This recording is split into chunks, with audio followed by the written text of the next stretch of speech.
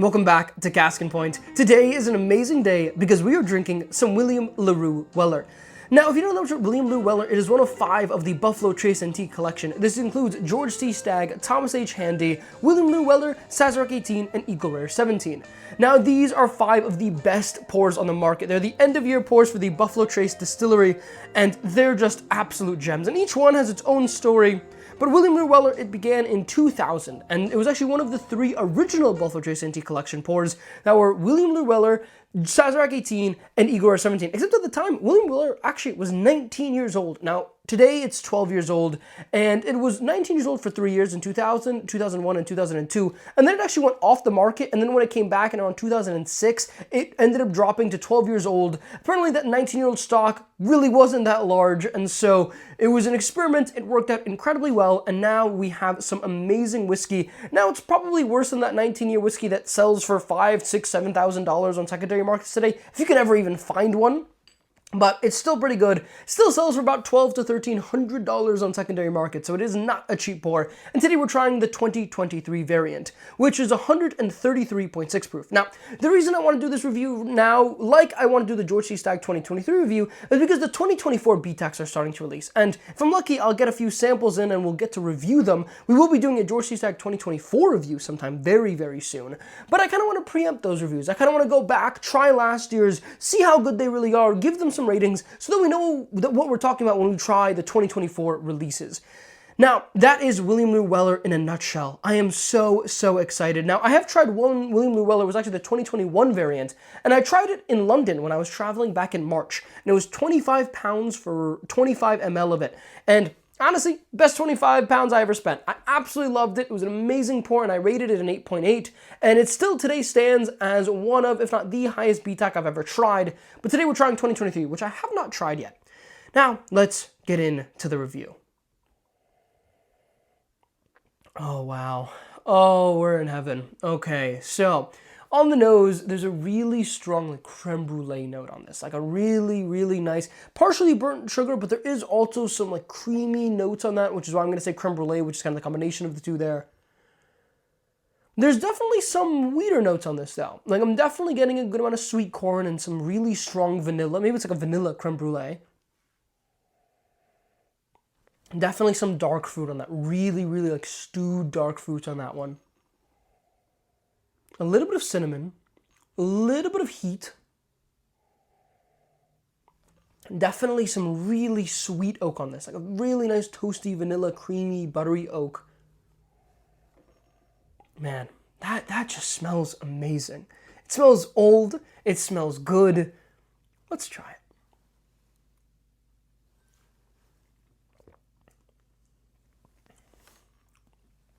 Oh, that's amazing. Oh yeah, that's whiskey for you. Oh man. So it starts off really fruity, like these stewed like blackberries really get out in the front palate. And then it just gives you back that like vanilla, creme brulee, custard there. And then on the finish, you're gonna get some nutmeg, you're gonna get some cloves, you're gonna get some cinnamon on there, you're gonna get a little bit of pepper.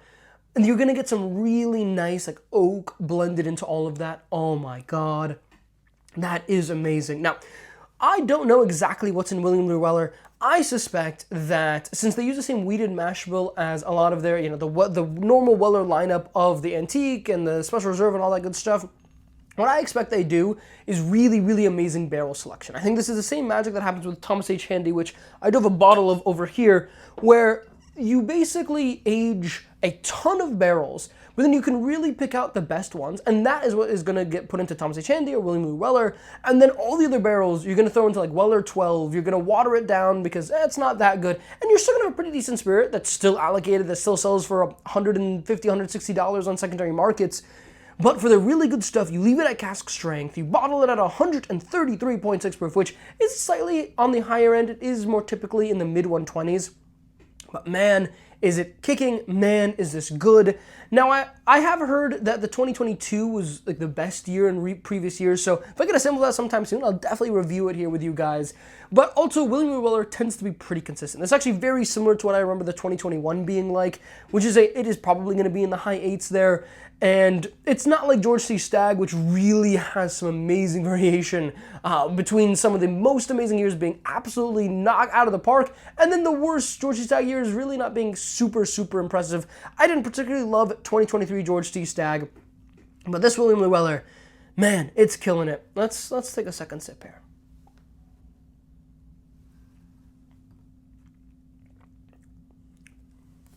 Oh man, on that sip, it really started out with a little bit brighter of fruit. So not just like a stewed blackberry, but there was like an apricot note on that. Really strong red fruit on that one. And then it still gives you that creme brulee and that finish.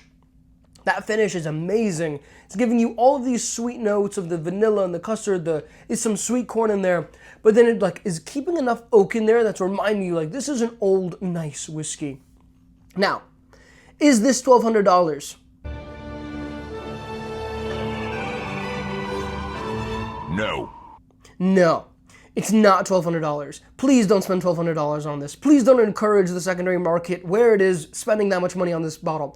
Is it amazing? It is. It is. But is it that much better than other stuff that's a tenth of the price?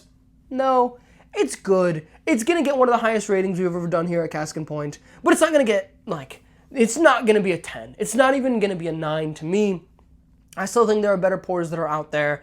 Now, I haven't tried many pours that are out there that are that much better than this, but this is definitely just not that much better than what I've had a lot of the other pours. You know, Found North Batch 10, which is a wheater.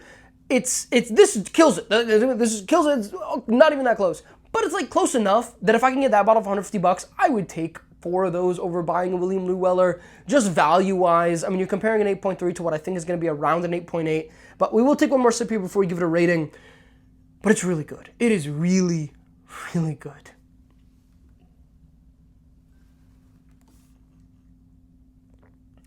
Yeah. Yeah. So, that's it. I left it in my mouth a little bit longer. On the palate, it came in a little bit hotter, obviously. That one is going to be a little bit stronger on the rye spice, the dill, the cloves, the really strong cloves on like the mid-palate, late-palate finish on that one, and nutmeg. But that's delicious. That is delicious. But it's also not like absolutely blowing my mind. Like this is not to me a $1,000 pour. This is definitely a couple $100 pour, and I think it is really, really nice, but I'm not absolutely blown away. I'm not absolutely stunned. I'm not like absolutely thinking like this is the most amazing thing I've ever had. But I will take this final sip here, enjoy it with you guys, and then I will give it a rating. But I'm leaning somewhere in the definitely not mid-8s, but like mid to high 8s. Like I don't think this is going to be an 8.9 or a 9.0. I think it's definitely an 8.8 at highest.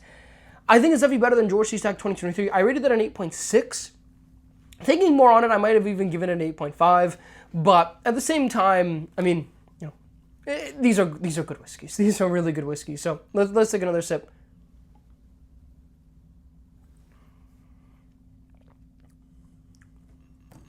It's delicious. It's delicious. Now there's like a wheat funk to it. I got this when I first tried it in March, and I get it on all of the Weller products. I don't hate it. It's funky. I think in the olden days, like when I tried a 2016 and like a 2013 Weller Squat, 107, like it took that into like a really strong vanilla sweetness that I really liked. On these more recent products, it's just a slightly off-putting to me. So which is why I think I'm not gonna like this as much as most people that are going to absolutely love William Larue Weller, because I'm not that big of a wheater fan. I'm not that big of, the like vanilla sweet corn, but there is this like wheat funk to it as well, which I don't hate, but definitely ruins it from being like an absolutely mind-boggling 9.5 pour. Today I'm going to rate this an 8.7. I think it's an amazing pour. I don't think it is leaps and bounds better than George C. Stagg, which I'd probably for 2023 I'd probably drop down to an 8.5 if I'm being honest, just because I do think there's a 0.2 difference here. I just don't think I can give this an 8.8. I don't think I give this an 8.9 or a 9.0. I think there are better whiskeys out there. I think, I've tried a few whiskeys this year that are a little bit better. This Just Bottles KOA is just delicious. I think like this Rare Character TKO is close to it. And I rated, this one an 8.8, this one an 8.4. I think this is a good pour. I'm not stunned. And maybe I should be stunned, and I'm just not, but I don't know, 8.7 is an incredibly high rating, to be clear. This is one of the highest ratings we've ever given on the channel, probably the second highest after the 8.8 to this KOA. So we're drinking some amazing whiskeys, but I liked like a Brook Hill bourbon better. I'm naming all these rare characters. The other whiskeys that are better, C923 is not that far off from this that I think it's worth, just 1/10 as much as this. But anyways, that's my review for you today. I don't think this is worth $1,000. I don't think this is worth 500. I think in the 300, 400 range, we're really talking. We really might buy a couple of them and drink them and really enjoy them. But $1,200, I don't see it. But anyways, can't even leave a drop in the glass. It was really good. Thank you all for watching. Definitely let me know what you want to see reviewed down below in the comments, because we have a lot of samples we're going to be getting through and some fun reviews that are going to come up soon. So definitely stay tuned for on the channel. But for now, have a lovely rest of your day, and I'll catch you all on the next one.